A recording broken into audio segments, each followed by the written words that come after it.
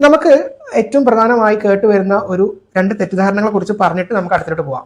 Sweet, അതായത് മധുരം കുട്ടികളിൽ വിര ഉണ്ടാക്കുമോ? അതായത് മിഠായി കഴിച്ചാൽ കുഞ്ഞുങ്ങൾക്ക് വിര ഉണ്ടാകുമോ? ഇല്ല.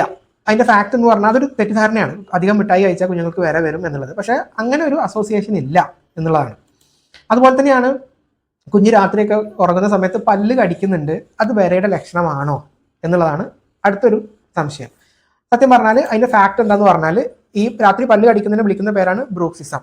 അത് കുഞ്ഞിന് വിരയുണ്ട് എന്നുള്ളതിന്റെ ഒരു ഡയറക്റ്റ് ലക്ഷണമല്ല. ഇവിടെ ഒരു കാര്യം ക്ലിയർ ആക്കേണ്ടതുണ്ട്, അത് ഞാൻ പറയാം. അതിനു മുമ്പ് നിങ്ങൾ മനസ്സിലാക്കേണ്ട കാര്യം, നിങ്ങളെ കുഞ്ഞ് രാത്രി പല്ല് കടിക്കുന്നുണ്ട് എന്ന് കരുതി അത് എന്തിനെ സൂചിപ്പിക്കുന്നില്ല? നിങ്ങളുടെ കുട്ടിക്ക് വേറെ ഉള്ളതിന്റെ ലക്ഷണമല്ല.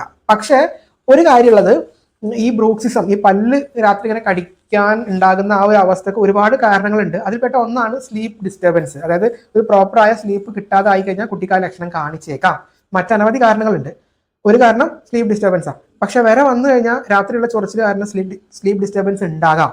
അപ്പൊ ആ സ്ലീപ്പ് ഡിസ്റ്റർബൻസ് മൂലം ഒരു പക്ഷേ ബ്രൂക്സിസം വരാം എന്നല്ലാതെ ഡയറക്റ്റ് അങ്ങനെ ഒരു കോസേഷൻ വരെ വന്നാൽ നേരെ പല്ല് കടിക്കും അങ്ങനെ ഒന്നും പറയാൻ സാധിക്കില്ല എന്നുള്ളതാണ് മനസ്സിലാക്കേണ്ടത്. അപ്പം ഈ പല്ല് കടിക്കുന്ന സ്വഭാവത്തോടൊപ്പം ഇത്രയും ലക്ഷണങ്ങൾ, അതായത് മലദ്വാരത്തിന്റെ അവിടെ ഇച്ചിങ്, വയറിന് അസ്വസ്ഥതകൾ, ഓർ ഗ്രോത്ത് ഒക്കെ ഉണ്ടെങ്കിൽ നിങ്ങളുടെ ഡോക്ടറോട് സംസാരിച്ച് വേറെ ഉണ്ടോ എന്ന് പരിശോധിക്കുക. അല്ലാതെ നേരിട്ട് ബ്രൂക്സിസമായിട്ട് ബന്ധമില്ല.